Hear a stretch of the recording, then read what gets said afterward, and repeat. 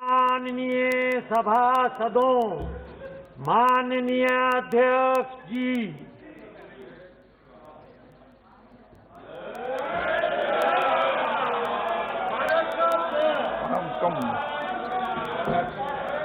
प्रश्नकाल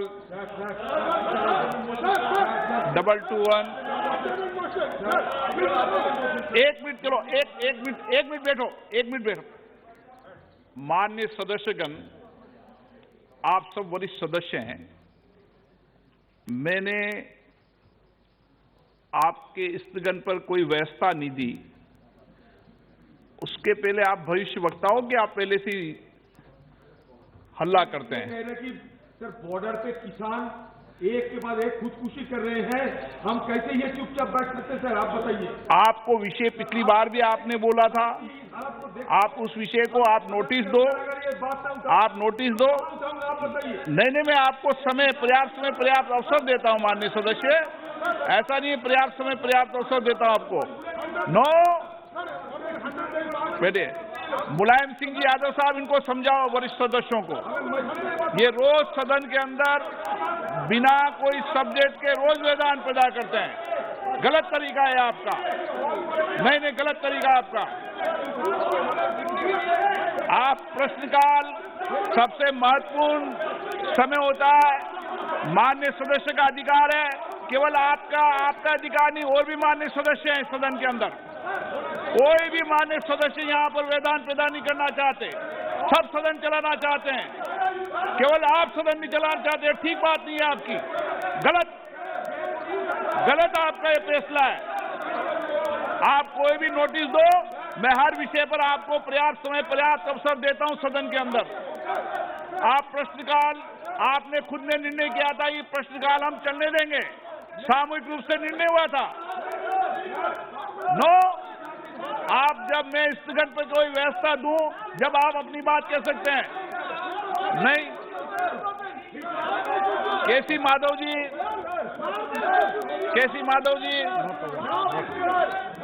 मंत्री जी को बुलाइए। माननीय मंत्री जी, An answer is made on the table of the House.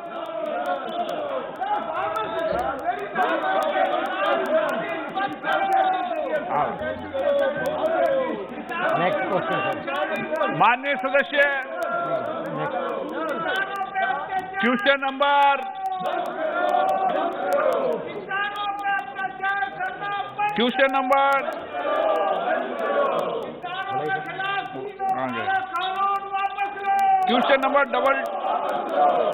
Triple two, doctor Kalanidhi Veeraswamy. माननीय मंत्री जी, श्री गणेश सिंह जी।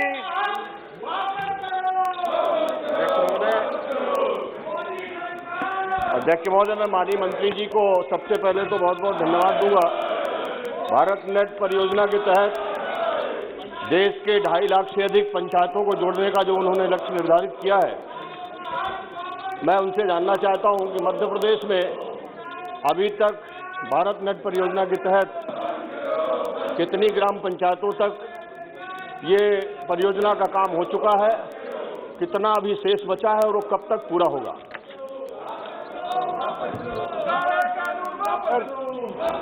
अभी तक हम लोगों ने 1,54,096 ग्राम पंचायतों में सभी हो गए हैं सर।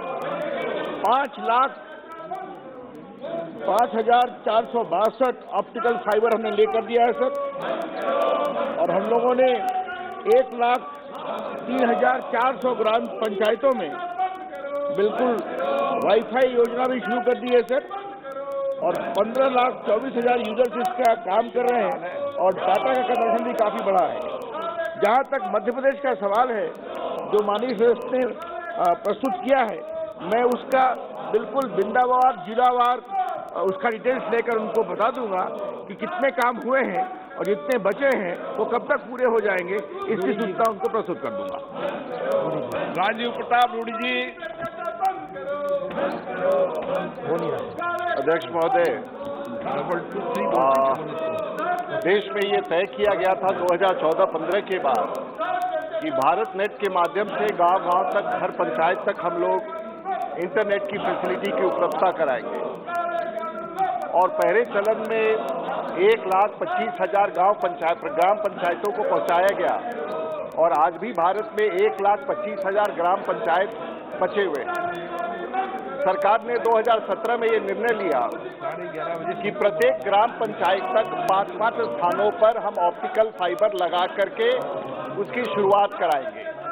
और हाल फिलहाल माननीय प्रधानमंत्री जी ने एक बड़ा सपना देखा और तय किया है कि 6 लाख गांवों तक इंटरनेट ऑप्टिकल का फाइबर बिछाएंगे। लेकिन जो माननीय मंत्री जी ने जो प्रतिवेदन दिया है और जो हम लोगों के समझ जानकारी है कि गांव-गांव तक पहले चरण में पूरे भारतवर्ष में जो 1,25,000 ग्राम पंचायतों तक ऑप्टिकल फाइबर नेटवर्क लगाया गया है, इसमें जो तारें बिछाई गई हैं और पंचायत भवन तक जाने वाले जो 5-5 कनेक्शन दिए जाने थे, 90% ऐसे कनेक्शन, और मैं बिहार में अपने सारण संसदीय क्षेत्र के समीक्षा के बाद बताना चाहूंगा महोदय कि जो ऑप्टिकल फाइबर नेटवर्क का जो जाल पहले चरण में बिछा, उसमें जो कम से कम 5 स्थानों पर ऑप्टिकल फाइबर लगाए जाने थे वो कार्यरत नहीं है, क्योंकि ये सब BSNL के एक्सचेंज से जोड़े गए हैं और BSNL के एक्सचेंज भी अकार्यरत होने की स्थिति में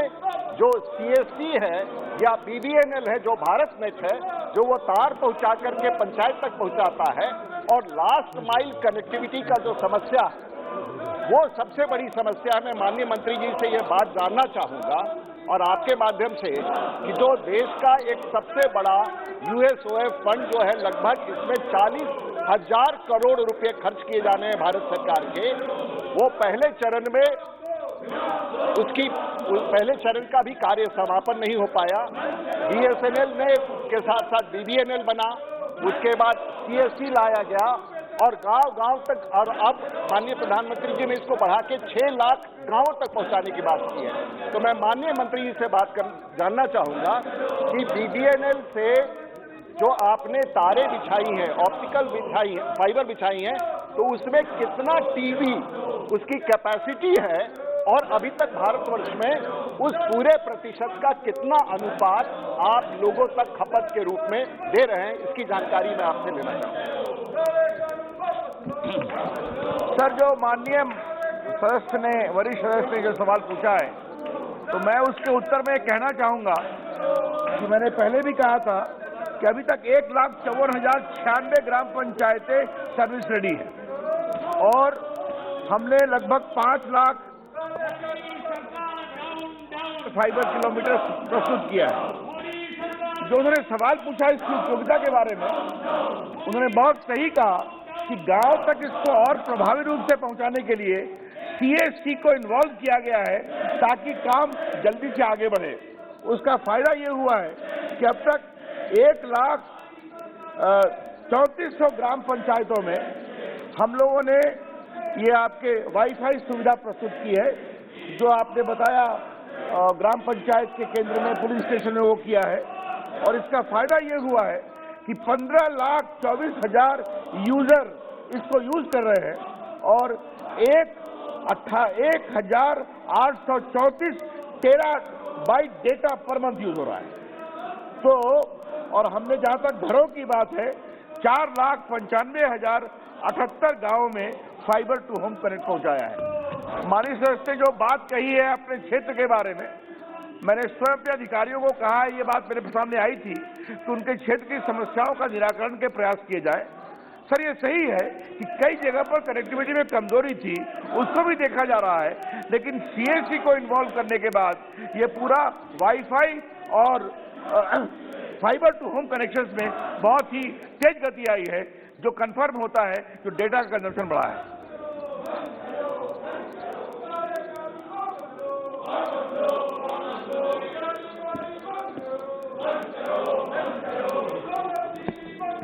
धन्यवाद अध्यक्ष महोदय। माननीय रूडी जी ने जो बात कही, बड़ी सीरियस बात कही है सर अध्यक्ष महोदय। माननीय प्रधानमंत्री जी सबको इंटरनेट देना चाहते हैं। USFO फंड के पास 70,000 करोड़ रुपया है। माननीय मंत्री जी दिन रात लगे हुए हैं। लेकिन अभी मैंने सर 5 दिन पहले मैं अपने जिला देवघर का दिशा कमेटी का मीटिंग कर रहा था और पावर ग्रिड ने जो तार बिछाए हैं सर, वो सारे के सारे तार चोरी हो गए और मैंने पावर ग्रिड के चेयरमैन के ऊपर एफआईआर करने के लिए कहा है और बीबीएनएल के चेयरमैन के ऊपर एफआईआर करने के लिए कहा है। लेकिन जो यूएसएफओ फंड है अध्यक्ष महोदय, इसमें मैं आपको आश्चर्यजनक बताऊं कि बीएसएनएल को सेकेंड फेज का LWE, मैं जिस राज्य से आता हूं वहां LWE का जिला है और LWE 2 का जो कैबिनेट ने माननीय प्रधानमंत्री जी ने तय कर दिया 2017 में, जिसका सेकेंड फेज चालू होगा यूएसएफओ फंड से, आज 2021 हो गया, 4 साल में हम उसका टेंडर नहीं कर पाए सर। दूसरा सवाल है नॉर्थ ईस्ट का। नॉर्थ ईस्ट में यूएसएफओ फंड में जो प्राइवेट कंपनी को टेंडर देना था, एयरटेल जैसी कंपनी काम कर गई सर, और जो बीएसएनएल को मिलना था वो बीएसएनएल को नहीं मिला। तो यूएसएफओ जो है एक बहुत गलत तरीके से, घटिया तरीके से माननीय प्रधानमंत्री का जो विजन है उसको इंप्लीमेंट नहीं कर पा रहा है, गांव-गांव तक ये तार नहीं पहुंच पा रहा है। क्या यूएसएफओ के बारे में माननीय प्रधानमंत्री जी कोई मीटिंग करके इसका निर्णय करेंगे और जो लोग हैं उसके ऊपर कार्रवाई करेंगे?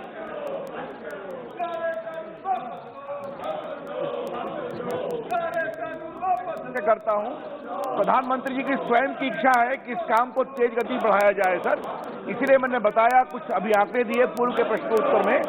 अब जहां तक माननीय सांसद जी ने अपने क्षेत्र के बारे में बताया है, वहां कुछ कमजोरियों के बारे में बताया है, मैं उनसे स्पेसिफिक जानकारी इसकी प्राप्त करके जरूर रिव्यू करूंगा और अगर कुछ गड़बड़ियां हुई हैं तो अवश्य कार्रवाई की जाएगी सर, ये मैं कहना चाहता हूं। 223 श्री प्रताप राव। माननीय मंत्री जी, माननीय सदस्य,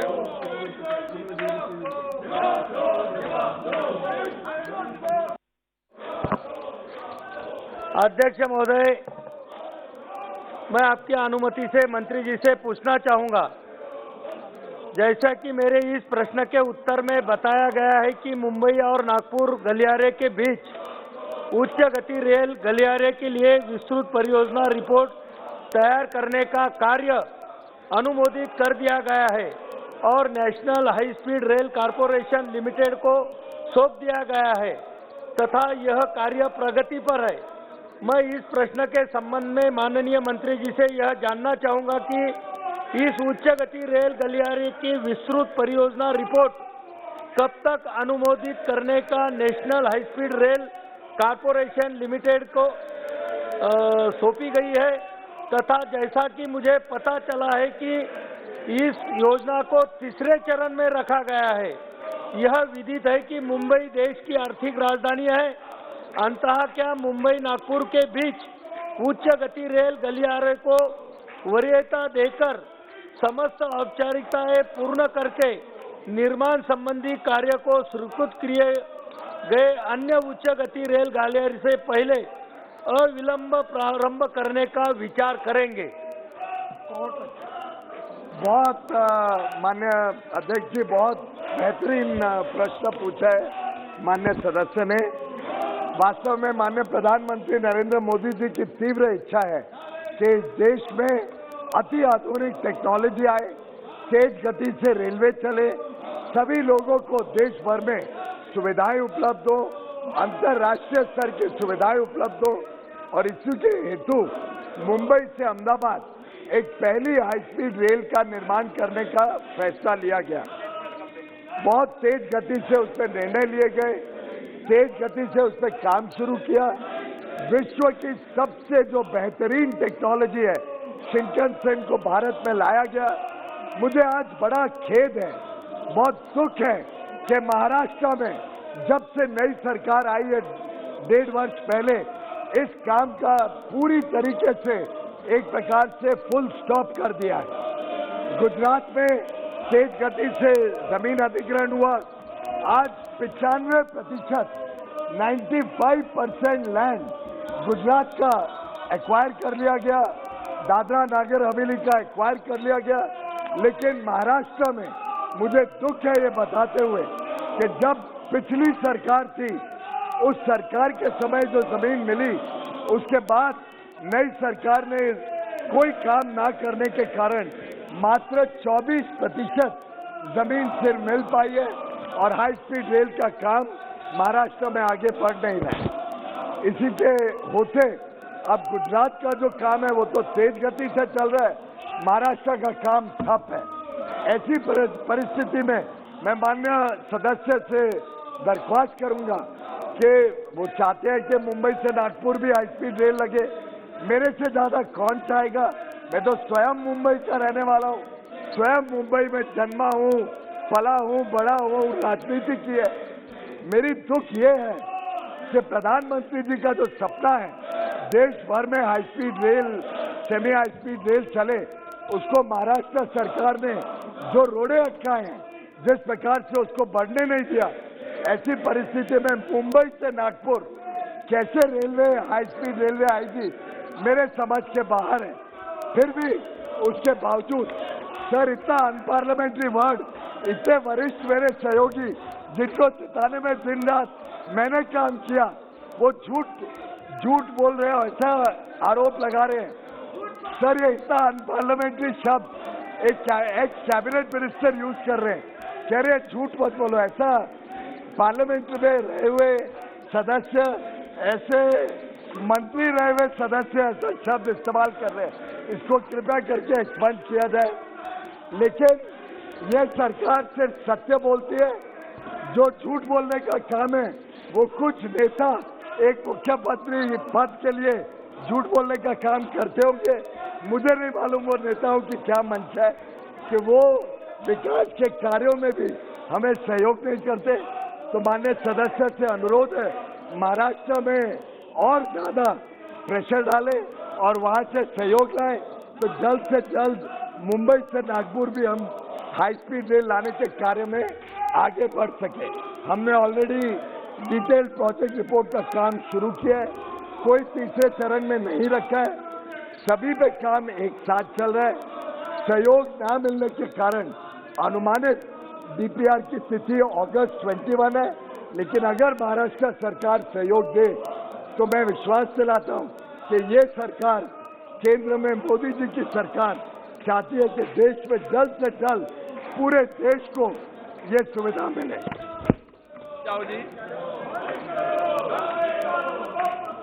महोदय, मेरा जो सवाल था वो मुंबई नागपुर रेल के जो बुलेट ट्रेन है उसके बारे में था, लेकिन हमारे मंत्री जी ने मुंबई अहमदाबाद के बारे में ज्यादा बात की। आपके मंत्री जी को भी मालूम होगा कि ये रेल को महाराष्ट्र के लोगों का विरोध इसी कारण है कि मुंबई के सभी बड़े बड़े कारपोरेट जगत को अहमदाबाद को हिलाने की योजना ये सरकार बना रही है।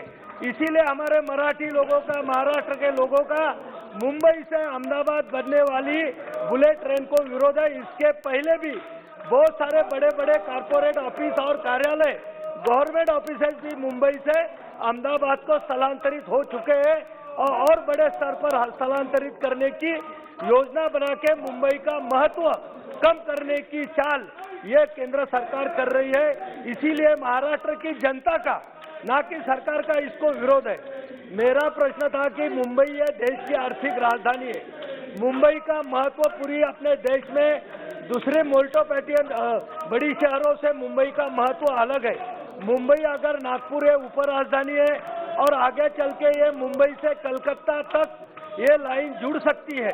तो इसीलिए मेरा इतना ही सवाल था कि ये परियोजना जो तीसरे, सबसे पहले तो मैं माननीय सदस्य को आश्वस्त कर दूं कि भारतीय जनता पार्टी की जब सरकार महाराष्ट्र में थी तब कोई स्थानांतरण नहीं हुआ, कोई महाराष्ट्र से और कोई राज्य में नहीं गया।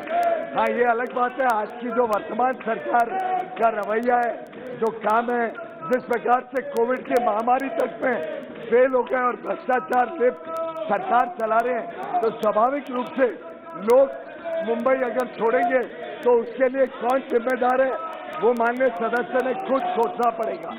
आज परिस्थिति ये है कि हम देश भर में विकास चाहते हैं और देश के विकास में चाहे वो मुंबई से अहमदाबाद लाइन हो, चाहे मुंबई से नागपुर हो या मुंबई से कलकत्ता या दिल्ली हो, सभी जगह का विस्तार करना ये हमारी सामूहिक जिम्मेदारी है।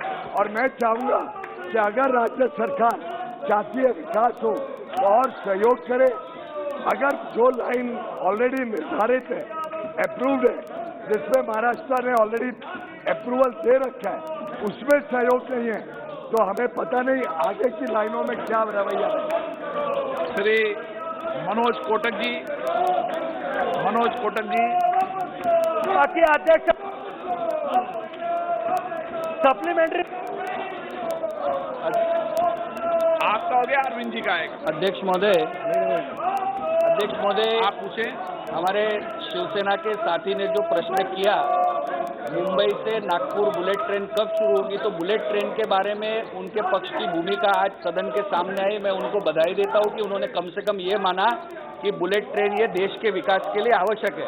लेकिन मुंबई से अहमदाबाद हो, नागपुर हो, नासिक हो, पुणे हो, माननीय मंत्री जी ये बताया कि बीकेसी में, जहां पे मुंबई में बीकेसी स्थित स्टेशन बनने वाला है, जहां से ये ट्रेन शुरू हो सकती है।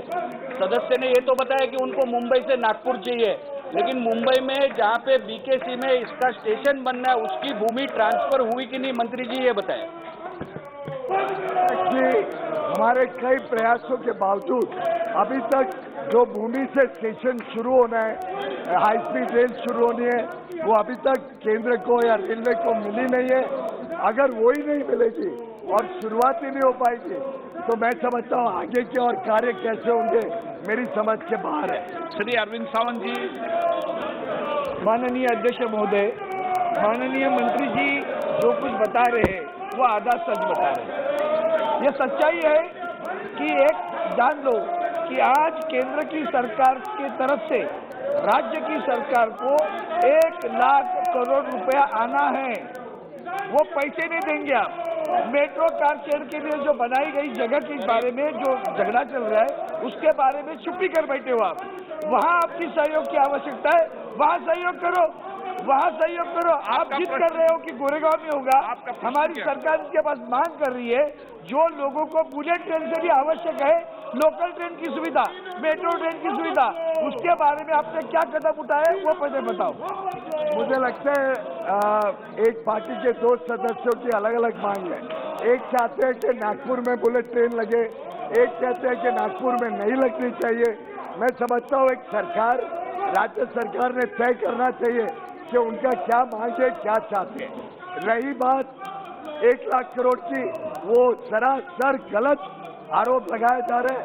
उल्टे मैं माननीय सदस्य को डिटेल्स दे दूंगा कि हमें कितना पैसा रेलवे को महाराष्ट्र की सरकार से मिलना बाकी है। आपका सहयोग न मिलने के कारण हमारी कितने लाइनें काम आगे बढ़ नहीं पा रहा है और कितने प्रोजेक्ट अटके हुए महाराष्ट्र के सहयोग न होने के कारण। अब मेट्रो शेड का भी जवाब दे देता हूँ कि वो मेरा दूसरा महकमा है। सर, मेट्रो शेड के लिए एक पूरा प्रोजेक्ट तैयार होकर पड़ा है। उसका मेट्रो का शेड निर्धारित जगह पे बनना है, बन चुका है।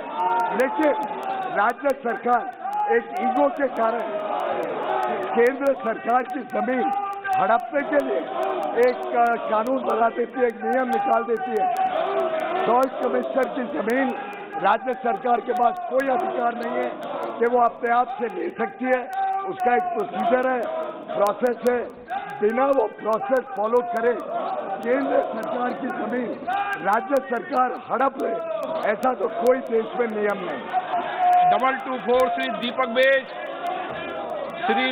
बेज, श्री जगदम्बा पाल जी, माननीय सदस्य। अध्यक्ष महोदय, एक minute 224 answer made on the table of the house. Deepak Baij ji, Jagdamba Pal ji. अध्यक्ष महोदय, मैं आपका बहुत आभारी हूँ। माननीय मंत्री जी ने काफी विस्तार से इस बात को स्वीकार किया है कि वर्तमान सरकार ने प्रधानमंत्री के नेतृत्व में न केवल बुलेट ट्रेन चलाने की हमारी नीति है, बल्कि high speed rail, semi high speed rail भी पूरे देश में हमारी चलाने की योजना है। इस दिशा में national high speed rail corporation की भी स्थापना किया है और नीति आयोग के द्वारा देश के जो रीजनल इम्बैलेंसेज हैं, क्षेत्रीय असंतुलन है, ऐसे 112 डिस्ट्रिक्ट को भी आइडेंटिफाई किया है और उस देश के क्षेत्रीय असंतुलन को दूर करने के लिए, कनेक्टिविटी को प्रोवाइड करने के लिए हमारी सरकार ने नई रेल लाइन की स्वीकृतियां किया है, जिसका मैं अपनी सरकार को आभार व्यक्त करता हूं। माननीय रेल मंत्री जी का, प्रधानमंत्री जी का आभार व्यक्त करता हूं। मैं जानना चाहता हूं कि जो aspirational district Siddharthnagar, Balrampur, Bahraich, Shravasti, UP के 8 जिले जो आकांक्षा जनपद हैं, उसमें 4 जनपद को स्वीकृत करने की एक नई रेल लाइन स्वीकृत किया है हमारे प्रधानमंत्री के नेतृत्व में कैबिनेट ने। तो मैं ये समझ जानना चाहता हूं आपके माध्यम से कि माननीय मंत्री जी उस नई रेल लाइन की स्वीकृति पे खलीलाबाद से लेकर के श्रावस्ती, बलरामपुर, डुमरियागंज, उतरौला, बहराइच, श्रावस्ती कब तक काम प्रारंभ हो जाएगा और कब कंप्लीट होगा? धन्यवाद। महोदय, मैं धन्यवाद करूंगा माननीय जगदम्बिका पाल जी का कि वो और उनके साथ बहुत ही कर्मठ साथ हमारे जो सांसद हैं उस इलाके के, उन्होंने दिन रात मेहनत करके, दिन रात सरकारी व्यवस्थाओं के पीछे पड़ के ये बहुत ही महत्वपूर्ण योजना को स्वीकृति दिलाई। मैं माननीय प्रधानमंत्री नरेंद्र मोदी जी का भी धन्यवाद करूंगा कि 5 एस्पिरेशनल डिस्ट्रिक्ट को जोड़ने वाली इस लाइन को माननीय प्रधानमंत्री जी ने स्वीकृति दी और इच्छा जाहिर की कि इसको जल्द से जल्द काम को शुरू किया जाए। मुझे आपको बताते हुए खुशी होती है कि उसका डिटेल सर्वे का काम तेज गति से चल रहा है। जमीन जो अधिग्रहण करनी है, लैंड एक्विजिशन, पहले चरण में उसकी डिटेल्स तैयार हो रही है और जल्द ही हम राज्य सरकार को लैंड एक्विजिशन के काम के लिए डिटेल्स देंगे। आप सब उसमें सहयोग करें। जिस प्रोजेक्ट में जमीन पूरी तरीके से हमारे हाथ में आ जाए, उस हिस्से को हम जल्द से जल्द शुरू करेंगे। श्री रितेश पांडे। माननीय अध्यक्ष जी,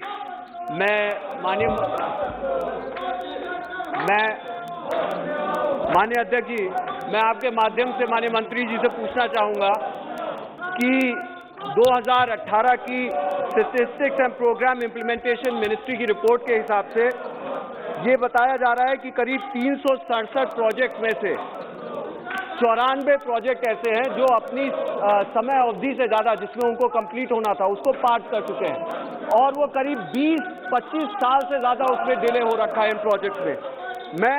और जो उसके कॉस्ट है उसमें 131% की वृद्धि भी है।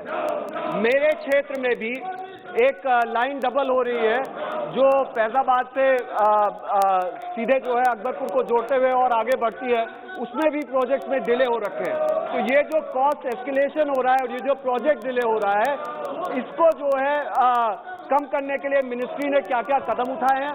और एक और सवाल, और इसी के साथ साथ इसको कम करके ताकि कॉस्ट भी कम हो जाए। और मेरे ही क्षेत्र में कटहरी विधानसभा के अंदर एक रेलवे क्रॉसिंग है जिसको बंद किया जा रहा है इसी लाइन को डबल करने के लिए, जिसकी वजह से करीब 50,000 लोग जो है उनका आवागमन बाधित हो गया है। माननीय मंत्री जी, मैंने आपको ही एक चिट्ठी दी थी जिसमें मैंने निवेदन किया था कि इस क्रॉसिंग को खोला जाए और वहां पे ये जो 50,000 लोगों के गांव का आवागमन है इसको रोका ना जाए। इसके लिए आप क्या कर रहे हैं, इसको भी बताने का काम करें। माननीय अध्यक्ष महोदय, मुझे बड़ा खेद है इस बात को सदन को बताते हुए आपके माध्यम से कि पिछली सरकारों ने 2014 के पहले अनाप शनाप घोषणाएं की, योजनाओं के बारे में लोगों को भ्रमित किया और बिना कोई आवंटन के, बिना पैसे की उपलब्धता के, बिना निवेश होने के सिर्फ लोगों को खुश करने के लिए अनाउंसमेंट किए, प्रोजेक्ट के नाम घोषित किए, लेकिन कभी पैसे नहीं किए। मुझे आप सबको अवगत कराते हुए बड़ी खुशी है माननीय अध्यक्ष जी के माध्यम से कि जो निवेश 2014 के पहले औसतन साधारणतः 40-45 हजार करोड़ सालाना इंफ्रास्ट्रक्चर या सेफ्टी के कामों में होता था, वो इस वर्ष के बजट में जो 1 फरवरी को निर्मला जी ने पेश किया, उसमें 5 गुना बढ़ा के 2,15,000 करोड़ रुपए कर दिया गया। 5 गुना बढ़ाएंगे और ये इसलिए करना पड़ा कि पहले जो इतनी घोषणाएं हुई उसके लिए कभी निवेश पूरा किया नहीं गया था। अब हमारी सरकार एक एक प्रोजेक्ट को पूरा करने में लगी है, लेकिन कई जगह पे हमें सहयोग नहीं मिलता। मैंने अभी महाराष्ट्र का उदाहरण दिया। ऐसे ही पश्चिम बंगाल में रेलवे लाइन 1974 से चल रही है, 1974। आज से 47 साल पहले वो लाइन का काम शुरू हुआ। राज्य सरकार जमीन ही नहीं दे रही है, तो कैसे रेलवे क्या लगेगी? रेलवे तो जमीन पे ही लग सकती है।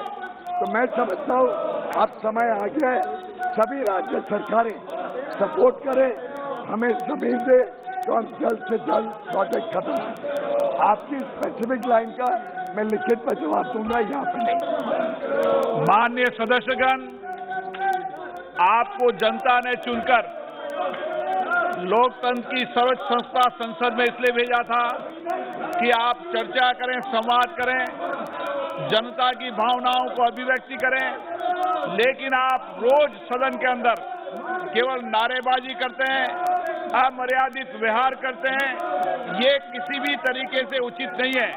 मैं माननीय सदस्य आपको आग्रह करता हूं, निवेदन करता हूं, हमें संसद की गरिमा को बनाए रखना चाहिए। संसद पूरे देश के अंदर लोकतांत्रिक संस्थाओं का मार्गदर्शन करती है। अन्य सदस्य आपका व्यवहार कतई उचित नहीं है, ये गलत तरीका है आपका। बिना कोई विषय पर, बिना किसी मुद्दों पर आप चर्चा नहीं करना चाहते, संवाद नहीं करना चाहते, आप अपनी सीट पर जाकर बैठो। मैं आपको पर्याप्त समय, पर्याप्त अवसर चर्चा के लिए दूंगा। सदन की कार्रवाई दिन में आज 12:30 बजे तक के लिए स्थगित की जाती है।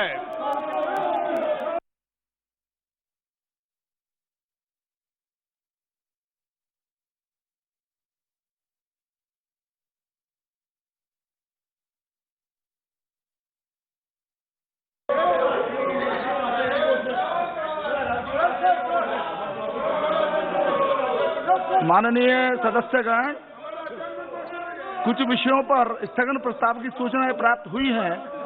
माननीय अध्यक्ष जी ने स्थगन प्रस्ताव की किसी भी सूचना के लिए अनुमति प्रदान नहीं की है। सभा पटल पर रखे जाने वाले पत्र आइटम नंबर 2 से 8 तक श्री अर्जुन राम जी मेघवाल। धन्यवाद सभापति जी। मैं आपकी अनुमति से क्रम संख्या 2 से लेकर 8 तक अंकित जो दस्तावेज हैं, जो श्री राजनाथ सिंह जी के नाम, श्री प्रहलाद जोशी जी के नाम, श्री पद यशो नायक जी के नाम, डॉक्टर जितेंद्र सिंह जी के नाम, श्री हरदीप सिंह पुरी जी के नाम, श्री संजय धोत्रे जी के नाम और श्री वी मुरलीधरन जी के नाम जो दस्तावेज अंकित है, उनको आपकी अनुमति से सभा पटल पर रखता हूं। धन्यवाद। आइटम नंबर 9, महासचिव महोदय। मोदी सरकार Sir, I lay on the table the Major Port Authorities Bill 2021 and the Jammu and Kashmir Reorganization Amendment Bill 2021 passed by the Houses of Parliament during the first part of the 5th session of 17th Lok Sabha and assented to by the President since the report was last made to the House on the 2nd February 2021. Doctor Shashi Tharoor ji, Shri Rajyavardhan Singh Rathore ji. My colleague and Standing IT Committee Chairperson, Mr. Shashi Tharoor, I wish to present the 22nd, 23rd, 24th, 25th reports, both in Hindi and English, of the Standing Committee on Information Technology, as listed against my name in today's list of business. Item number 11, Shri Ramesh Vidudi ji. Shri Ramesh Vidudi ji. Shri Unmesh Patil ji. Shri Unmesh Patil.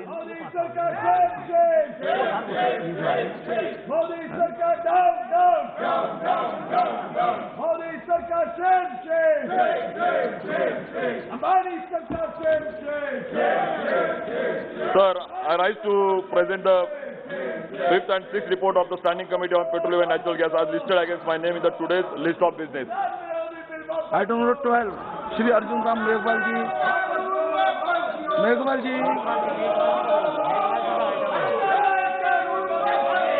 Shri Arjun Ram Meghwal ji, item number 12। धन्यवाद सभापति जी। With your permission, sir, I rise to announce that government business during the week commencing Monday, the 15th of March 2021 will consist of consideration of any items of government business carried over from today's order paper. It contains statutory resolution seeking disapproval of the National Capital Territory of Delhi laws, special provision, Second Amendment Ordinance 2020, number 15 of 2020, promulgated by the President of India on 30th December 2020, and consideration passing of the National Capital Territory of Delhi laws, special provision, Second Amendment Bill 2021 as passed by Rajya Sabha. Second, the discussion and voting on demand for grants under the control of Ministry of Railways for 2021 and 22. Third, consideration and passing of the Constitution Scheduled Caste Order Amendment Bill 2021. And fourth, discussion and voting on demand for grants under the control of Ministry of Education for 2021-22. Discussion and voting on demand for grants for 2021-22 of the following ministries: Health and Family Welfare, Road Transport and Highways, and Housing and Urban Affairs. Introduction, consideration and passing of the appropriation bill relating to the demand for grant for 2021-22, supplementary demand for grants 2020-21, bulletin of outstanding demand for grants in respect of union budget for 2021-22, consideration and passing of the finance bill 2021. Thank you. Item number 13, Shri Prahlad Joshi ji, Shri Meghwal ji. Sir, मैं आपकी अनुमति से जो कैलाश जोशी जी के नाम से आगे जो अंकित दस्तावेज है वो सदन पे पटल पे रखने के लिए खड़ा हुआ हूँ। Sir, with your permission, I move to the following that this House do agree with the 20th report of the Business Advisory Committee presented to the House on 9th March 2021. Thank you. प्रश्न ये है कि यह सभा 9 मार्च 2021 को सभा में प्रस्तुत कार्य मंत्रणा समिति के 20वें प्रतिवेदन से सहमत है। जो सदस्य प्रस्ताव के पक्ष में है वो हाँ कहें, जो सदस्य प्रस्ताव के विपक्ष में है वो ना कहें। मेरे विचार में निर्णय हाँ वालों के पक्ष में हुआ, हाँ वालों के पक्ष में हुआ, प्रस्ताव अनुमोदित किया जाता है। माननीय सदस्यगण, मुझे सभा को सूचित करना है कि कार्य मंत्रणा समिति की 8 मार्च 2011 को हुई बैठक में लिए गए निर्णय के अनुसार शुक्रवार 12 मार्च 2021 के लिए निर्धारित सभा की बैठक को रद्द किया जाता है।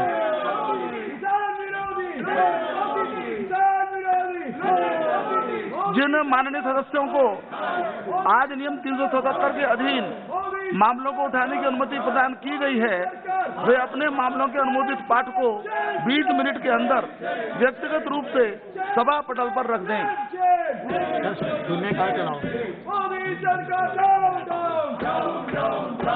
शून्यकाल। श्री भगीरथ चौधरी जी, श्री भगीरथ चौधरी जी। सभापति महोदय जी, आपने मुझे शून्यकाल में बोलने का अवसर दिया, उसके लिए बहुत बहुत धन्यवाद, आभार। सभापति महोदय, अजमेर संसदीय क्षेत्र में स्थित किशनगढ़ उपखंड राजस्थान प्रदेश का सबसे बड़ा उपखंड मुख्यालय है। यह हाईवे नगरी के साथ साथ विश्व प्रसिद्ध मार्बल मंडी के नाम से विख्यात है। किशनगढ़ दिल्ली अहमदाबाद रेल मार्ग का प्रमुख स्टेशन भी है, जहां हाल ही में DFCC कॉरिडोर योजना के तहत न्यू किशनगढ़ रेलवे स्टेशन का संचालन प्रारंभ हुआ है। किशनगढ़ एवं आसपास के क्षेत्रों में विभिन्न कृषि जिन्सों की भरमारता एवं उपलब्धता होने से, जिसके किशनगढ़ में भारतीय खाद्य निगम का एक छोटा डिपो भी है, जो कि वर्तमान परिप्रेक्ष्य में पर्याप्त होने से आसपास के किसानों एवं व्यापारियों को अपने खाद्यान्न जिंसों सहित अन्य जिंसों का समुचित रखरखाव एवं भंडारण नहीं कर पा रहे हैं और मजबूरीवश उन्हें दूरस्थ स्थित भंडार घरों पर जिंसों को ले जाने में अत्यंत कठिनाई का सामना करना पड़ रहा है।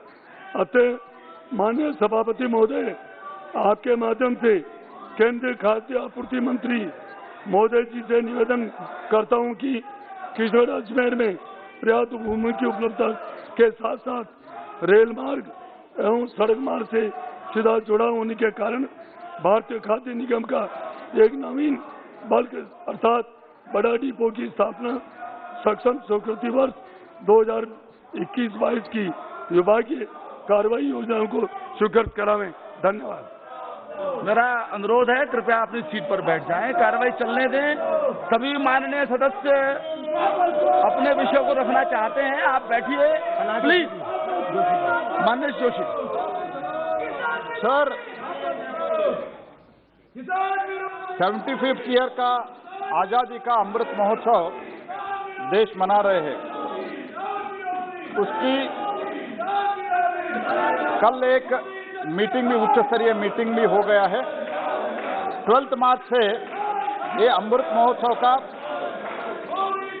कार्यक्रम दांडी से शुरुआत हो रहा है। इसके बारे में माननीय प्रधानमंत्री जी एक स्टेटमेंट देना चाहते थे। उसके लिए हमने माननीय स्पीकर को नोटिस भी भेजा था।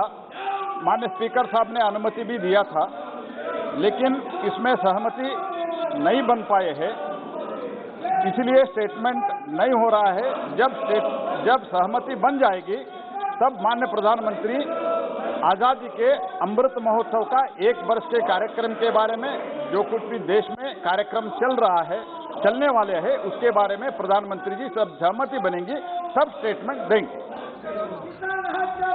श्री विनायक राउत जी। धन्यवाद सभापति महोदय।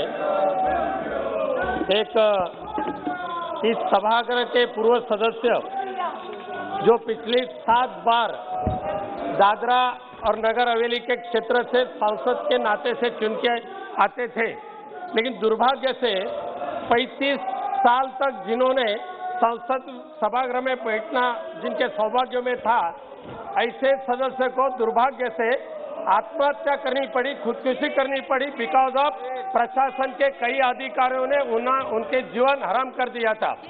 अध्यक्ष महोदय, जो मोहन देलकर जी थे, मुंबई में जाकर उन्होंने साधारण सा होटल में और वहां आत्महत्या की, और आत्महत्या करने के पहले जो खत उन्होंने लिखा था, वो खत अगर पढ़े, गुजराती में खत लिखा था, अगर वो खत पढ़े तो उसके माध्यम से मालूम हो रहा है कि मोहन देलकर जैसे सीनियर खासदार को, संसद को, दादरा के प्रशासनीय अधिकारियों ने कैसी तकलीफ दे चुकी है। मैं सारे सभागृह के सदस्य को बोलना चाहता हूं, एक नया सदस्य चुन के आते तो समझ सकते हैं, लेकिन 35 साल जिन्होंने अपने आयु इस सभागृह में रखी थी, ऐसे सदस्य को खास करके खुदकुशी करनी पड़ी। अध्यक्ष महोदय, 1-2 मिनट ज्यादा दीजिए। उसके पहले मोहन देलकर जी ने प्रिविलेज कमेटी में जाकर अपनी व्यथा रखी थी। इस लोकसभा के अध्यक्ष, सम्माननीय अध्यक्ष जी को भी उन्होंने खत लिखा था। अध्यक्ष जी ने प्रिविलेज कमेटी के पास दिया। प्रिविलेज कमेटी 12 फरवरी को जब हुई, तभी मोहन देलकर जी ने ये सारा लेटर सारे सदस्य को दिया और कमेटी में कहा, अगर ये नहीं आप रोके तो मुझे खुदकुशी करनी पड़ेगी, मुझे आत्महत्या करनी पड़ेगी।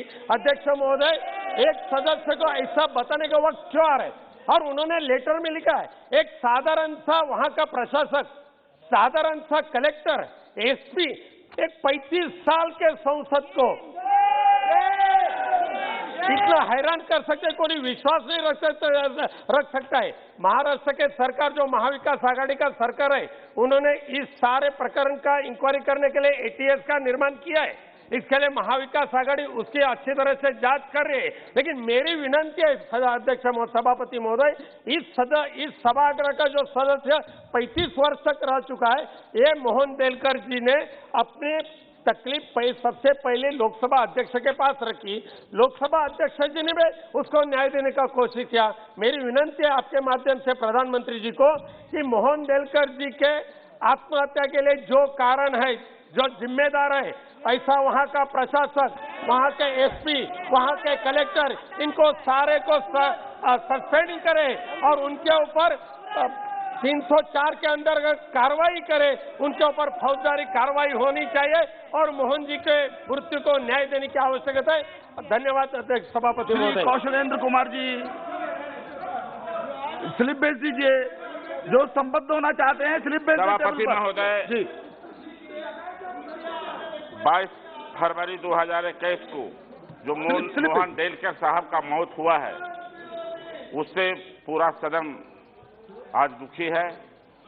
मैं आपके माध्यम से विनती करना चाहता हूं, निवेदन करना चाहता हूं कि उनकी मौत में जो 16 पन्ने का सुसाइड नोट लिखा गया है, उसमें वहां के प्रशासक सहित लगभग 1 दर्जन अधिकारियों का नाम है।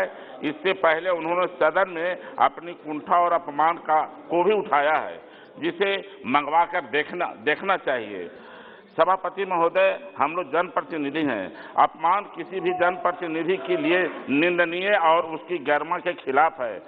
ऐसी परिस्थिति में जब जनप्रतिनिधि ही सुरक्षित नहीं है तो जनता की सुरक्षा की गारंटी कैसे हो सकती है। इसलिए सदन से एक संदेश वहां की जनता के बीच जाना चाहिए। सभापति महोदय, मैं अपनी मुख्यमंत्री जी के आदेश पर खुद उनके श्रद्धांजलि सभा में मैं गया था। वहां के 20 से 25 हजार लोग वहां जुटे थे शोक सभा में। उनकी आंखों में जो छलक था आंसू का, उसे हम लोग को भी बर्दाश्त नहीं हो रहा था। सभापति महोदय, हम लोग भी दुखी थे, उनके परिवार काफी दुखी थे। एक ही मांग था कि वहां के जो प्रशासक के द्वारा उनको जो टॉर्चर किया जा रहा था, उस प्रशासक को वहां से तत्काल हटाया जाए। मैं आपसे विनती और निवेदन करूंगा कि प्रशासक को हटाया जाए और वहां जनता को न्याय दिया जाए। बहुत बहुत धन्यवाद। श्री निहाल चंद चौहान।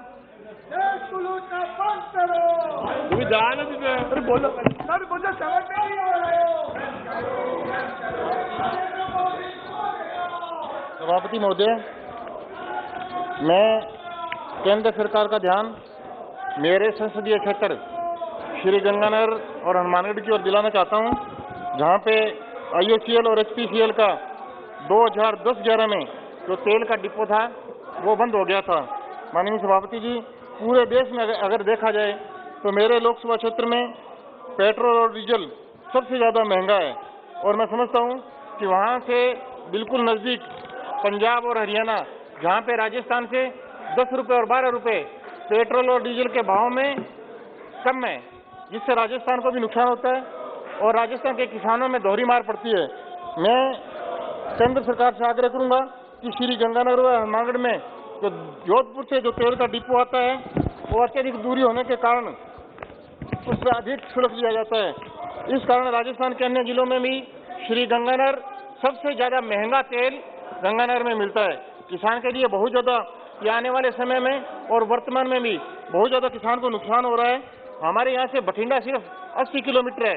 मेरा केंद्र सरकार से, आपके माध्यम से केंद्र सरकार से आग्रह है कि या तो हमारा तेल जो गंगानगर और हनुमानगढ़ जिला है वो बठिंडा से जोड़ा जाए, या जो हमारा डिपो 2010-11 में जो डिपो बंद हुआ था उस डिपो को पुनः चालू करवाकर और वहाँ की जो डीजल की, जो पेट्रोल की जो दर है उसको कम किया जाए। मैं आपके माध्यम से सरकार से ये आग्रह करूंगा। धन्यवाद। जय हिंद।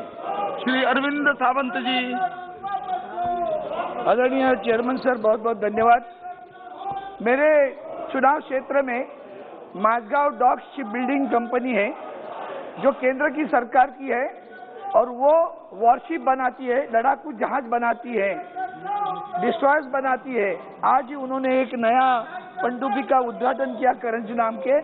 लेकिन सर, बहुत दुख से मैं कहता हूँ, इस कंपनी में प्रसाद नाम के CMD आए दिसंबर 2019 को। उसके बाद से लेकर आज तक पिछले 15 महीने में उन्होंने एक भी मीटिंग अपने कर्मचारियों के प्रतिनिधि से नहीं ली। ये ऐसी स्थिति सभापति महोदय, वहाँ 9 यूनियन है लेकिन वो सभी ने मिलकर एक बार्गेनिंग काउंसिल बनाया है। वो अच्छी बात है, उसको स्वागत करना चाहिए। या प्रधानमंत्री जी कहते हैं सबका साथ, सबका विकास, सबका विश्वास, और वहाँ 15 महीने से एक सीएमडी अपने कर्मचारी से बात नहीं कर रहा है, दूसरे भ्रष्टाचारी मार्ग अपना रहा है। इस तरह से कर रहा है कि उन्होंने सारी चीजें आउटसोर्सिंग कर दी, जिसके कारण जून 2019 में एक एक्सीडेंट हुआ, उसमें कर्मचारी जो आउटसोर्सिंग था उसकी मृत्यु हुई। उसके बाद में और एक उस जहाज का नाम था विशाखापट्टनम, उसके बाद में और एक आग लगी, उसको तो दबा दिया, फिर वापस एक हफ्ते में मारमागोआ करके नाम के जहाज पे आग लगी। अब वो दोनों कर्मचारी जो जले हुए हैं वो मसीना हॉस्पिटल में एडमिट है। ऐसी स्थिति में मैसगांव डॉक में पूरा अनरेस्ट हुआ है। उनकी डिमांड भी आज तक एक मिनट सर, वहाँ 3,500 रेगुलर कर्मचारी है, तो 3,500 आउटसोर्स किए हुए हैं। जिनको स्किल नहीं है वो लोगों को अपॉइंट किया जाता है, और जो 8-8, 10-10 वर्ष से कंपनी में काम कर रहे हैं उनको रेगुलर नहीं कर रहे हैं। 416 लोगों की इंटरव्यू ली, सारी परीक्षाएं ली, मेडिकल नहीं ली, 7 लोगों को सिर्फ अपॉइंट कर दिया। इसलिए मैं आपके माध्यम से सरकार की तरफ मांग करता हूँ, ये जो सीएमडी नए आए हैं प्रसाद साहब, उनके ऊपर कड़क कार्रवाई की जाए, जांच की जाए, और जो नौसेना के पोत बनाते हैं ऐसी शिप बिल्डिंग कंपनी को सुरक्षित किया जाए, वहाँ के कर्मचारी को सुरक्षित किया जाए, ये मेरी मांग है। आपने मुझे अवसर दिया, इसके लिए धन्यवाद। नियम 377 के अधीन जिन माननीय सदस्यों के मामले स्वीकृत हैं, मैंने पहले भी अनाउंस किया है, यदि किन्हीं ने इस सूचना की ओर न ध्यान दे पाए हों तो अपने मामले यहाँ सभा पटल के ऊपर आप वो प्रस्तुत कर दें। आइटम नंबर 5, 15 और 16 शाब्दिक संकल्प श्री अधीर रंजन चौधरी जी, Shri NK Premachandran ji, Shri Manish Tiwari ji, Shri Vinayak Bhau Raut, Shri Jasbir Singh Gill, Shri Kodikunnil Suresh ji, advocate Dean Kuriakose ji, Shri V Kalanidhi ji, doctor Amar Singh ji, advocate AM Arif ji, Shri Benny Behanan ji, Shri TN Prathapan ji, Shri PR Natarajan ji, Shri S Venkatesan ji. माननीय मंत्री महोदय।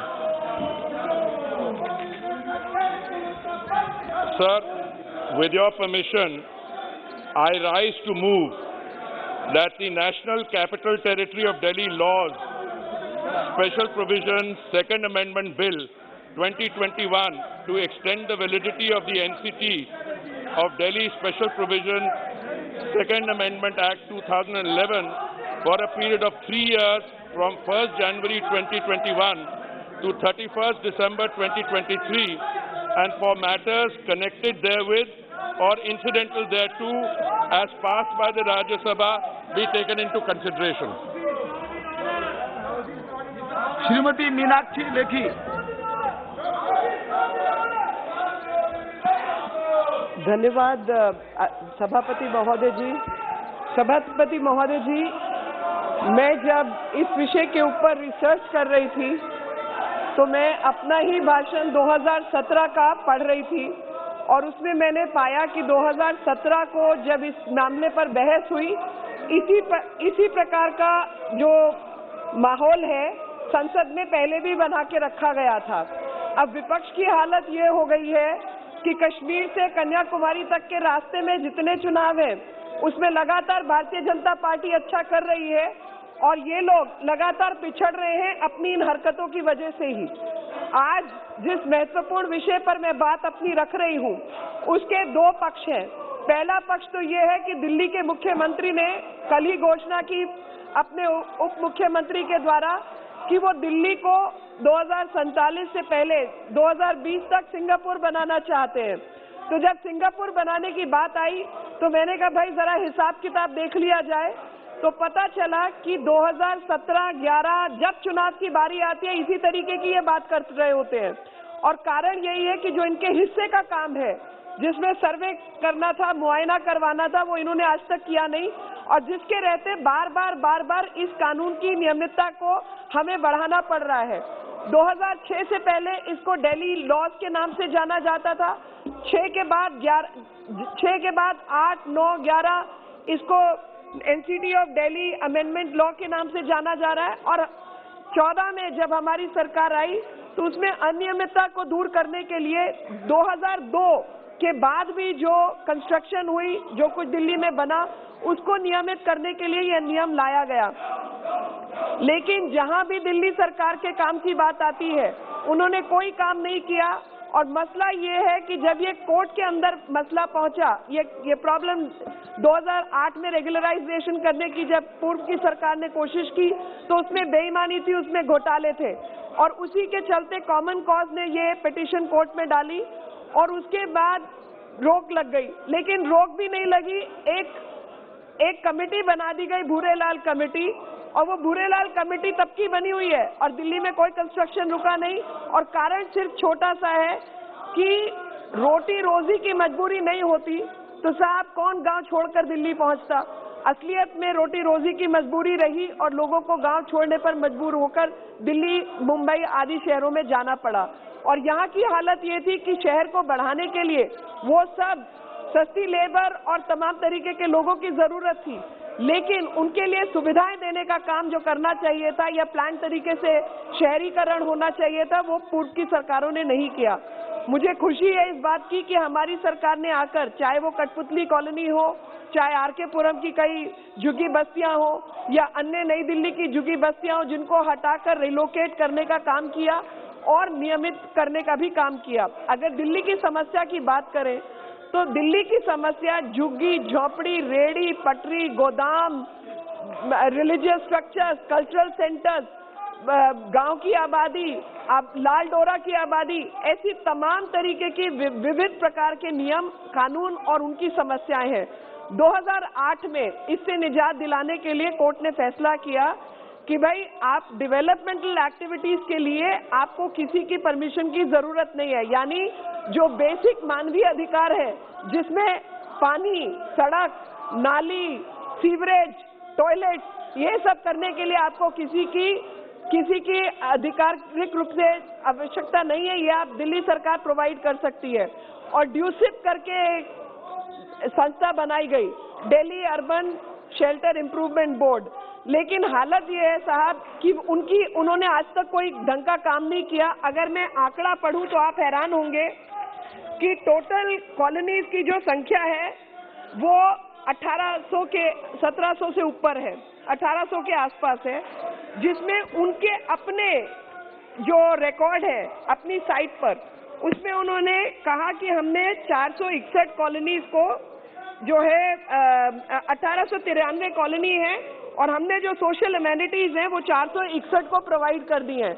461 का मतलब आप लगाइए 1800 से 461, यानी 25% भी नहीं है, 25% से कम काम किया। और इसके अलावा कंप्लीटेड वर्क की डेफिनेशन क्या होती है, यानी जो काम पूरा किया उसमें क्या क्या आना चाहिए, सड़क आनी चाहिए, सीवरेज आना चाहिए, क्या क्या काम किया, उसकी भी कहीं पर कोई डेफिनेशन उपलब्ध नहीं की गई। जब इसकी गहराई में हमने थोड़ा और पता करने का प्रयास किया तो पता चला कि 895 में से 65 ऐसी कॉलोनीज हैं, ऐसी बस्तियां हैं, यानी 7%, जहां पर कोई एग्जीक्यूटिंग एजेंसी नहीं है। कोई एजेंसी तो होगी, कोई एग्जीक्यूटिंग एजेंसी नहीं है। और 172 जो है 895 में से, उसमें कहा गया है वर्क इन प्रोग्रेस, यानी 19%। और इसके ऊपर 631 करोड़ रुपया खर्च होना था, जिसमें से 542 का हिसाब है, बाकी का कोई हिसाब भी नहीं है। अध्यक्ष जी, लगातार इन झुग्गियों में जो रहने वाले लोग हैं उनकी जब बात की जाए तो उन्होंने बड़ी गाढ़ी मेहनत की कमाई से इन इलाकों को, पट्टों को लिया है। वो अनियमित है, लेकिन पैसा जो इनका खर्च हुआ है वो असली पैसा खर्च हुआ है। और जब मैं बार बार इस बारे में सोच रही थी तो अभी कुछ दिन पहले मैं केरल के एक ट्राइबल क्षेत्र में थी, जहां पर लोग कह रहे थे कि हमें भी स्वामित्व स्कीम के तहत पट्टा अगर मिल जाता तो हमारे जीवन में सुधार आ जाता। तो मैं माननीय प्रधानमंत्री जी की स्वामित्व की जो नीति है उस विषय में सोच रही थी। ठीक उसी प्रकार से दिल्ली के अंदर भी जो ये अनऑथराइज्ड कॉलोनीज जिसको कहा जाता है, वो अनऑथराइज्ड कॉलोनी भले ही है, लेकिन उसमें रहने वाले लोगों का ऑथराइज पैसा उसमें खर्च हुआ है और इतने अधिक संख्या में इतने लंबे समय तक लोग इसमें बसे रहे और लगातार तकलीफ में रहे, ये किसी भी सरकार के लिए अशोभनीय है। तो जिस प्रकार से स्वामित्व के तहत पट्टा देने का काम हमारी सरकार ने प्रधानमंत्री नरेंद्र मोदी जी के नेतृत्व में किया, ठीक उसी प्रकार से दिल्ली में झुग्गी बस्तियों में रहने वाले लोगों को भी अपने जमीन पर मालिकाना अधिकार प्राप्त हो, उसके लिए ये नियम बनाया गया और प्रॉपर्टी रिलेटेड जो प्रॉपर्टी राइट्स एक्ट है उसको भी 2019 में लाया गया। तो इसके जो लाभ है वो 3 हैं। पहला है कि जो भी लोग इन क्षेत्रों में रहते हैं उनको उस जमीन का अधिकार मिलेगा। दूसरा है प्रॉपर्टी उनके नाम पे होने की वजह से बैंक आदि के अंदर नियम अनुसार उस पे लोन लेना या एक आधिकारिक रूप से उस पे काम करना वो मुनासिब होगा। तीसरी चीज कि जो सर्विसेज है, सड़क, बिजली, पानी, नालियां, ये सब आने की वजह से उनका जो ईज ऑफ लिविंग है वो बेहतर होगा और यही कारण है कि लगातार हमारी सरकार को इस पर काम करना चाह रही है और लगातार इसमें रजिस्ट्रेशन का काम भी शुरू हो चुका है और कई लोगों को, कई हजार लोगों को वो उसकी स्लिप भी मिल चुकी है, जो कि पहले की सरकारों ने 2008 में धोखा देकर रजिस्ट्रेशन के सर्टिफिकेट बांटे थे, लेकिन वो सरासर धोखे का काम किया था। लेकिन धोखे के काम से हटाकर असलियत में लोगों को उनका अधिकार मिले, इसके लिए काम किया जा रहा है और इसके तहत अगर रेलोकेशन पॉसिबल होगा, चाहे मार्केट एसोसिएशंस है जिनके पैसे कम करके सरकार ने काम किया, सरकार की मैं प्रशंसा करना चाहती हूँ, माननीय मंत्री जी की प्रशंसा करना चाहती हूँ कि इतने लंबे इतिहास को सुलझाकर इन्होंने काम किया। आगे भी ऐसा काम होता रहे, जो 2, 4, 5 बची हुई कॉलोनीज है उन पर भी काम हो। आपने मुझे मेरी बात कहने का मौका। श्री रमेश बिदुड़ी जी। अध्यक्ष जी बहुत बहुत धन्यवाद आपका। आपने अध्यक्ष जी मुझे एक ऐसे विषय पर जो आज हमारे शहरी विकास मंत्री हरदीप पुरी जी लेकर आए, बिल्कुल ये दिल्ली के लगभग 60 लाख लोगों के जीवन का सवाल है सर। उनके खून पसीने की कमाई, जो दिल्ली में रोजी रोटी के लिए लोग आए थे, जिनको पिछले 1951 से लेकर 14 तक एक ही खानदान ने राज किया था, उन 60 लाख लोगों की चिंता नहीं की गई। आज भी अगर वो बिल पास किया जा रहा है उनको मालिकाना हक देने के लिए, तो शर्म आनी चाहिए। यहाँ पर लोग शोर मचा रहे हैं, इनको सोचना चाहिए दिल्ली के उन 60 लाख लोगों के भविष्य के बारे में। सर ये कॉलोनी जो 1979-78 में पहली बार 567 कॉलोनी पास हुई, तो तब पास हुई थी जब जनता पार्टी का शासन था। 73 से लेकर और 1993 तक केवल 560 कॉलोनी पास हुई थी सर। इसके पीछे सर भूमिका बता देना चाहता हूँ सर। दिल्ली में लोग राजधानी में रोजी रोटी के लिए आते थे सर, उनके पास रहने के लिए आवास नहीं था। दिल्ली विकास प्राधिकरण नाम की एक संस्था बनाई गई, वो संस्था केवल कांग्रेस की डीएनए के आधार पर केवल भ्रष्टाचार में डूबी रही। वो गरीब लोगों को मकान देने में सफल नहीं हो पाई। गांव के किसानों की जमीन कौड़ी के आधार पर एक्वायर करी जाती रही और डीडीए ने भी बिल्डर का काम शुरू कर दिया। अंत में मजबूरी में आकर उन गरीब लोगों ने किसानों की खेती की जमीन में छोटे छोटे प्लॉट लेकर और रहना बसर शुरू कर दिया। जो बहुत ही गरीब लोग थे, दिल्ली में खाली जमीनें पड़ी थी, आशियाना बनाकर वो झुग्गी झोपड़ी के रूप में रहने लगे। सर वो आज देश की आजादी के 75 साल होने जा रहे हैं सर, आज भी वो नार के जीवन जी रहे हैं सर। इसके पीछे राजनीति होती रही, बार बार केवल प्रोविजनल सर्टिफिकेट बांटे जाते रहे, लेकिन उनको आश्वासन दिए जाते रहे, लेकिन इन कॉलोनियों को पास करने के लिए उन लोगों की खून पसीने की, गरीब काढ़े की खून पसीने की कमाई से मालिकाना हक देने की कभी नहीं सोची। वोट बैंक करते रहे, जैसे बंगाल की मुख्यमंत्री कर रही है वहां पर वोट बैंक के माध्यम से। इसलिए सर आज ये बिल जो लेकर आए स्पेशल प्रोजेक्ट सर नहीं, ये 60 लाख लोगों के भविष्य जुड़ा हुआ है। मुझे 5 मिनट दीजिए, वो भी सब समझते हैं और इसलिए मैं आपसे निवेदन करना चाहता हूं, इसकी बैकग्राउंड में जाकर इन लोगों को तुरंत मालिकाना हक इन लोगों को मिल जाए। जो प्रयास हमारे देश के प्रधानमंत्री जी ने किया था, प्रयास किया हुआ था, लेकिन इसकी बैकग्राउंड में जाना चाहता हूँ 5 मिनट, लेकिन इसकी बैकग्राउंड में जाना चाहता हूँ सर मैं कि बैकग्राउंड में जाने के लिए इन कॉलोनी में रहने वाले लोगों को जो इनकी बाउंड्री लाइन हो गई है सर, लोगों ने नक्शे 2011-15 में जमा करा दिए सर। अब जो अधिकारी जो वर्क करते हैं, जैसे एक सांसद को आत्महत्या करनी पड़ गई अधिकारियों के कारण से ही, तो ये अधिकारी जो दफ्तरों में बैठकर सर ये बाउंड्री लाइन करते, कुछ लेफ्ट आउट पोर्शन छूट गया है सर, उन लोगों की रजिस्ट्री की जाए। मैं निवेदन करना चाहता हूं माननीय मंत्री जी से, उन लोगों की कॉलोनी में जाकर उनका सर्वे करवाकर उनका रजिस्ट्रेशन कराया जाए और कैंप लगाकर उनकी कॉलोनियों में रजिस्ट्री दी जाए। आपकी सरकार, आपके द्वार, जैसे देश के प्रधानमंत्री जी ने लोगों को इस चीज से बाहर निकालकर आत्मनिर्भरता की तरफ बढ़ाने का प्रयास किया सर। इसीलिए उन लोगों का जो जीवन यापन है, जो लोग वो आज भी त्रस्त है, आज वो लोग रजिस्ट्रेशन कराने को तैयार है, लेकिन सर्वे के बहाने से या उन लोगों के कागजों को ठीक ना बताने के बहाने से उनको ढीला किया जा रहा है। इसलिए सर मैं निवेदन और करना चाहता हूं मंत्री जी से, जिन लोगों की जमीनें एक्वायर हो गई सर, उनको अल्टरनेटिव प्लॉट दिए जाते थे। अभी कुछ लोगों की जमीनें एक्वायर हो गई, अल्टरनेटिव प्लॉट दे रहे 40 किलोमीटर दूर जाकर। सर वो शहर में अपने पास में रहकर आकर बंधे रोजी रोटी प्राप्त कर रहे हैं, तो उनके अल्टरनेटिव उनको दिए जाए, ये माननीय मंत्री जी उनके बारे में चिंता करें। एक लास्ट पॉइंट सर, मैं ये कहते हुए अपनी बात को समाप्त करूंगा। इस बिल के माध्यम से मैं माननीय मंत्री जी से एक निवेदन करना चाहता हूं सर, कि जो दिल्ली के अंदर दिल्ली लैंड रिफॉर्म एक्ट है, धारा 181 आर्टिकल 181 के अंदर जो किसान अपनी जमीन में घर बना लेते हैं, परिवार बढ़ गए हैं, उनको ग्राम सभा में वेस्ट कर वहां पर लूट खसोट की जा रही है सर, गरीब लोगों को परेशान किया जा रहा है, उन जमीनों को ग्राम सभा में वेस्ट किया जा रहा है। यह दिल्ली सरकार का इशू है सर, दिल्ली सरकार भेजने वाली है नहीं, केंद्र सरकार उन पर यह बात के लिए दबाव बनाए कि धारा 81 अंग्रेजों के जमाने का उसको एबोलिश किया जाए।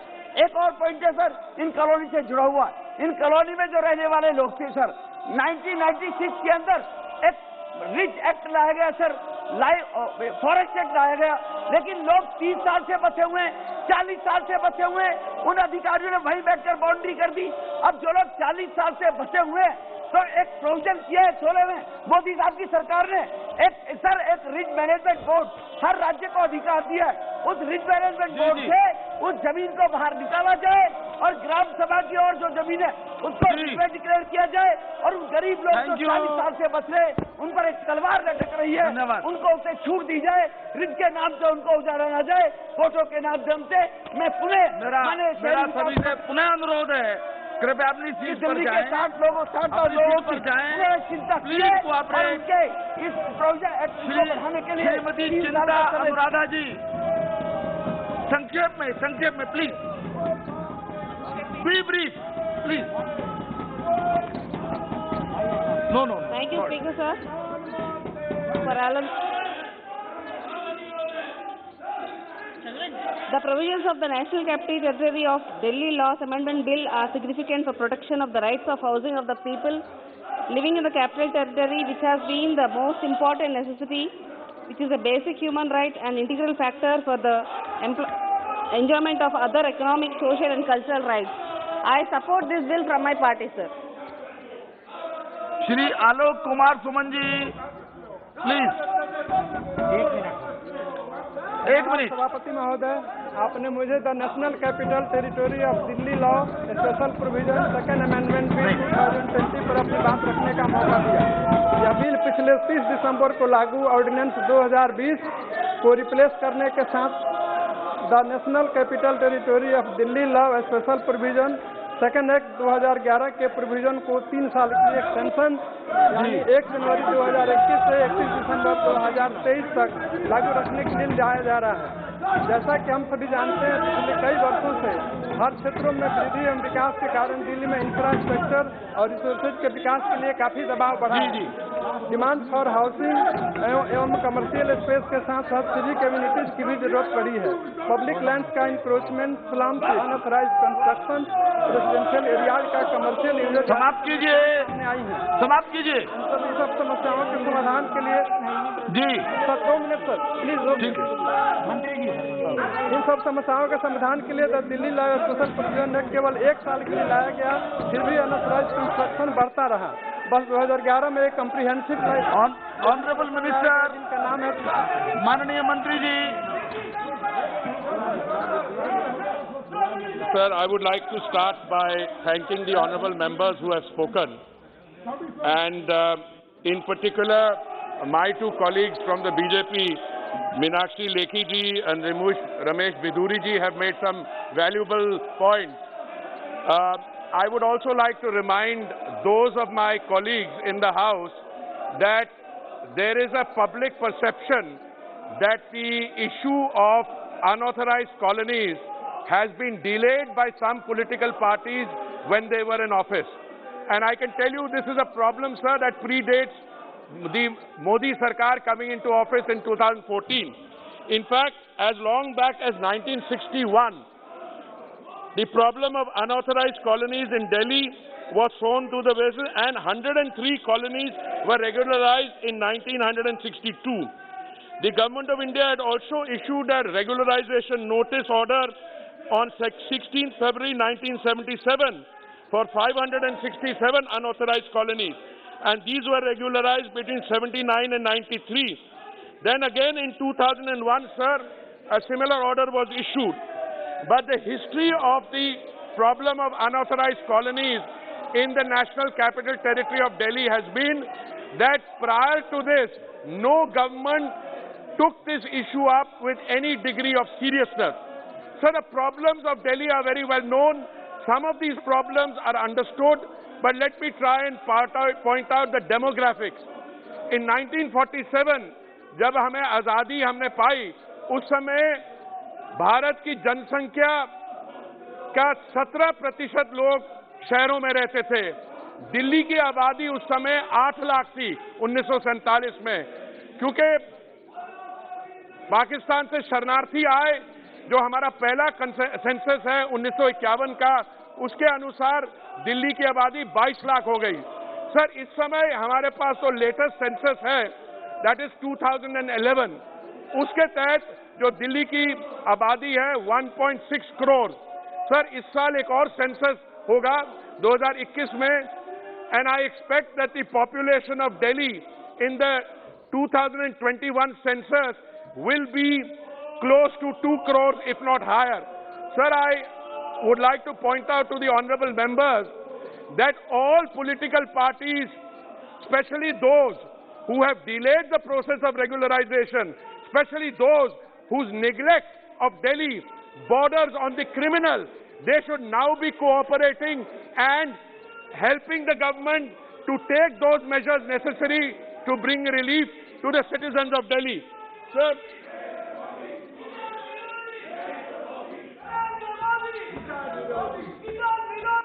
when I use words like neglecting the problems of Delhi, let me also draw your attention with a sense of responsibility to what has been happening so far. I will start, sir, with an extraordinary Gazette notification which was issued on 2008. And I draw your attention to paragraph 7.3 of this Gazette notification. It says, in the year 2008, it says, the entire process of regularization is to be coordinated and supervised by the GNCTD, the government of the National Capital Territory of Delhi, which may give wide publicity to the revised guidelines of 2007 and the regulations. Sir, it is a matter of public record, and it is a matter of great shame that between 2006, when the process started, and 2014, all the governments which were in power in the city of Delhi did nothing. It is a matter of great regret, and I would say this borders on criminal neglect. What happened after 2014? So I will read out a letter exchanged with the government. This is a letter addressed by the government of the National Capital Territory of Delhi to the Additional Secretary in the Delhi Division of the Ministry of Urban Development. It is a letter dated 18th August 2017. The operative part of this letter is, and this letter has already been placed on the record of this House, the government of NCT of Delhi would require a time period of 2 years from 1st August 2017 to 31 July 2019 to complete the survey of the unauthorized colonies. Sir, the very people who today are becoming the champions of people living in unauthorized colonies asked for 2 years in 2017. Again, finally, sir, I would like to quote a letter dated 2019, 29 January. This is a letter from the Department of Revenue of the Government of NCT Delhi. This letter says that it is expected that the whole exercise will be undertaken in spare years, and they wanted 2 years in 2019. Sir, when it became obvious to me and to my ministry that in 2019 they wanted another 2 years, it became clear that the criminal neglect between 2006 and 14 was now being compounded. That is when we brought this law in 2017, and we would have completed the work of unauthorized colonies had it not been for the pandemic. So I commend this bill for adoption by this House so that protection from sealing, etc. will be available till 31st December 2023. I commend the bill for adoption, sir. प्रश्न ये है कि विधेयक पर विचार किया जाए। जो सदस्य इसके पक्ष में है वो हाँ कहें, जो सदस्य विरोध में है वो ना कहें। मेरे विचार में निर्णय हवालों के पक्ष में हुआ, हवालों के पक्ष में हुआ। विधेयक पर विचार करने हेतु प्रस्ताव को स्वीकृत किया गया। अब सभा विधेयक पर खंडवार विचार करेगी। प्रश्न यह है कि खंड 2 विधेयक का अंग बने। जो सदस्य इसके पक्ष में वो हाँ कहें, जो सदस्य विरोध में वो ना कहें। मेरे विचार में निर्णय हाँ वालों के पक्ष में हुआ, हाँ वालों के पक्ष में हुआ। खंड 2 विधेयक का अंग बना। श्री एन.के. प्रेमचंद्रन जी, माननीय सदस्य श्री एन.के. प्रेमचंद्रन जी ने इस विधेयक पर कई संशोधनों की सूचना दी है। क्योंकि मैं अपने संशोधन प्रस्तुत करने के लिए सदन में उपस्थित नहीं है, इसलिए मैं सदन के सभी खंडों को एक साथ सभा के निर्णय के लिए रखूंगा। प्रश्न यह है कि खंड 3 से 7 विधेयक का अंग बने। जो सदस्य इसके पक्ष में है वो हाँ कहें, जो सदस्य इसके विरोध में वो ना कहें। मेरे विचार में निर्णय हाँ वालों के पक्ष में हुआ, हाँ वालों के पक्ष में हुआ। खंड 3 से 7 विधेयक का अंग बना। प्रश्न यह है कि खंड 1 अधिनियम सूत्र और विधेयक का पूरा नाम विधेयक का अंग बने। जो सदस्य इसके पक्ष में वो हाँ कहें, जो सदस्य इसके विरोध में ना कहें। मेरे विचार में निर्णय हाँ वालों के पक्ष में हुआ, हाँ वालों के पक्ष में हुआ। खंड 1 अधिनियम सूत्र और विधेयक का पूरा नाम विधेयक का अंग बना। मंत्री जी अब प्रस्ताव करें कि विधेयक को पारित।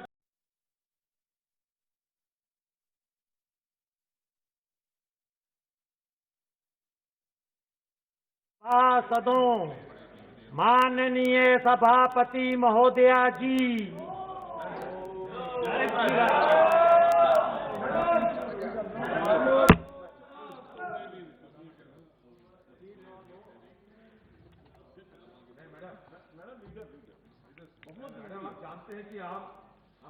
एक minute Adhir ji. Demand for grant relating to the Ministry of Railways. The House will now take up discussion and voting on demand number 84 relating to the Ministry of Railways. Honorable members present in the House whose cut motions to the demand for grant relating to the Ministry of Railways have been circulated may, if they desire to move their cut motions, send slips to the table within 15 minutes, indicating the serial numbers of the cut motions they would like to move. Only those cut motions in respect of which intimation is received at the table will be treated as moved. A list showing serial numbers of cut motions treated as moved will be put up on the notice board shortly thereafter. In case any member finds any discrepancy in the list, she may kindly bring it to the notice of the table office immediately. Shri Ram Kripal Yadav ji. Shri Ram Kripal Yadav ji. अधीर जी वो कहते रहे, हम भी हमारा बात रखते रहे। बात यह कि हम आप तो जानते कि हम सुबह से हिंदुस्तान की किसानों के बारे में हमारा जो कहना है वो व्यक्त करना चाहते हैं।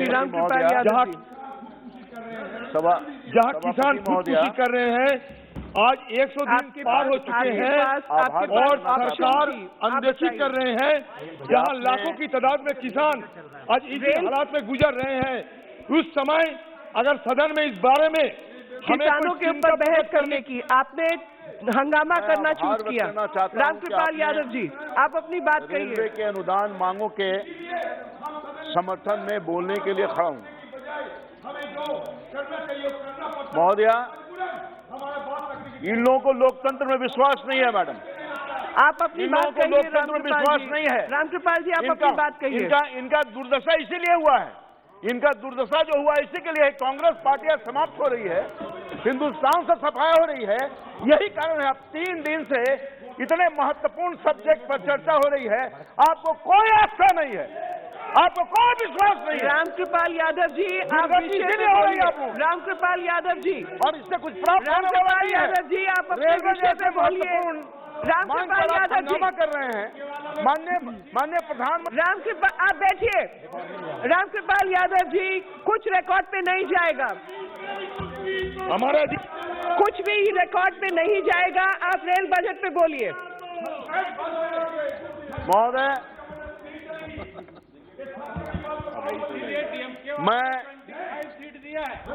मेरे यहाँ कहावत है और वो कहावत से मैं प्रारंभ करता हूँ जी। खास तौर पर बिहार में कोस कोस पर बदले पानी, 4 कोस पर पानी। कहने का मतलब है कि हिंदुस्तान की खूबसूरती ये है कि देश में लगभग 1 कोस पर पानी का टेस्ट बदलता है और वाणी बदलती है, मगर फिर भी हमारा देश एक है। ये हिंदुस्तान की खूबसूरती है। और मैं आभार व्यक्त करना चाहता हूं अपने देश के यशस्वी प्रधानमंत्री जी का, जिनके मार्गनिर्देशन में न सिर्फ रेल में बल्कि हिंदुस्तान के चारों तरफ पिछले 6 वर्षों के दरमियान नई ऊंचाइयों पर पहुंचाने का काम किया है देश को। और मैं समझता हूं कि हम सब लोगों को गर्व से सीना फूल जाना चाहिए कि आज प्रधानमंत्री के नेतृत्व में देश संकट की घड़ी से भी बाहर आ रहा है और देश अपने पैरों पर खड़ा हो रहा है। महोदय, हमारे देश की खासियत यही है, कश्मीर से लेकर कन्याकुमारी तक और नॉर्थ ईस्ट से लेकर गुजरात तक भारतीय रेल अनेकता में एकता की पहचान है। हमारे यहाँ सांस्कृतिक राष्ट्रवाद की जड़ों को मजबूत प्रदान करता है। हमारा रेल लाइफलाइन है, हमारी जिंदगी का अंश है। और एक दिन रेल बंद हो जाए तो हिंदुस्तान ठप हो जाएगा। और इतने मैं धन्यवाद देना चाहता हूं अपने वित्त मंत्री जी का, अपने माननीय रेल मंत्री जी का और सबसे अधिक अपने यशस्वी प्रधानमंत्री श्री नरेंद्र मोदी जी का, जिनके मार्गदर्शन में रेल जो समाप्त हो चुका था, दुर्घटनाओं का दौर चलता था, परेशानियों का माहौल था, और मैं समझता हूं कि उस रेल को अपने कुशल मार्गदर्शन में रेल मंत्री के नेतृत्व में आज रेल को ऊंचाइयों तक पहुंचाने का काम किया है। महोदया, मैं कहना चाहता हूं 2 करोड़ 30 लाख रेल यात्रियों और 3.3 मिलियन टन माल ढोने वाली भारतीय रेल अमेरिका, चीन और रूस के बाद दुनिया का 4था बड़ा नेटवर्क है हिंदुस्तान का रेल नेटवर्क। महोदया, मैं आगे कुछ बोलूं उससे पहले भारतीय रेल परिवार के लगभग 13 लाख जो कर्मचारी हैं जिन्होंने कोरोना वॉरियर्स के रूप में काम किया, मैं सदन के माध्यम से उन पूरे परिवार को धन्यवाद ज्ञापित करना चाहता हूं कि जिन्होंने वैश्विक महामारी कोरोना के दौर में दिन रात मेहनत करके लोगों को सेवा प्रदान करने का काम किया। माननीय प्रधानमंत्री जी ने कहा, मोदी जी ने, जान है तो जहान है, और उनके आह्वान पर 130 करोड़ देशवासी संपूर्ण लॉकडाउन का पालन कर रहे थे। उस समय हमारा भारतीय रेल 80 करोड़ लोगों के लिए मुफ्त में राशन की ढुलाई कर रहा था, किसानों के लिए उर्वरक ढो रहा था, देश के किसी भी हिस्से में किसी तरह की आवश्यकता खाद्य सामग्री, मेडिकल तथा दैनिक उपभोग की वस्तुएं कमी न हो, उसकी चिंता करने का काम कर रहा था। इतना ही नहीं, 83,000 बेड की क्षमता वाले 5231 railway coach Covid care centre के साथ कोविड केयर सेंटर के रूप में परिवर्तित कर देश को कोरोना से लड़ाई में मजबूती प्रदान करने का काम किया।